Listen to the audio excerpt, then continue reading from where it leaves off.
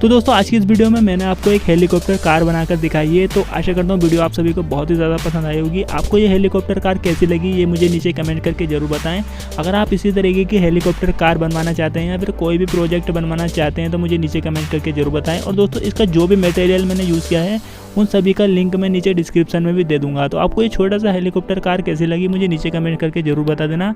और आज की हमारी वीडियो के लाइक का टारगेट है 500, तो आपको 500 लाइक करने हैं। इस वीडियो को ज़्यादा से ज़्यादा शेयर करें। और दोस्तों आप कौन सी क्लास में पढ़ते हैं ये भी मुझे नीचे कमेंट करके जरूर बता देना। आज की वीडियो में इतना ही। Thank you for watching.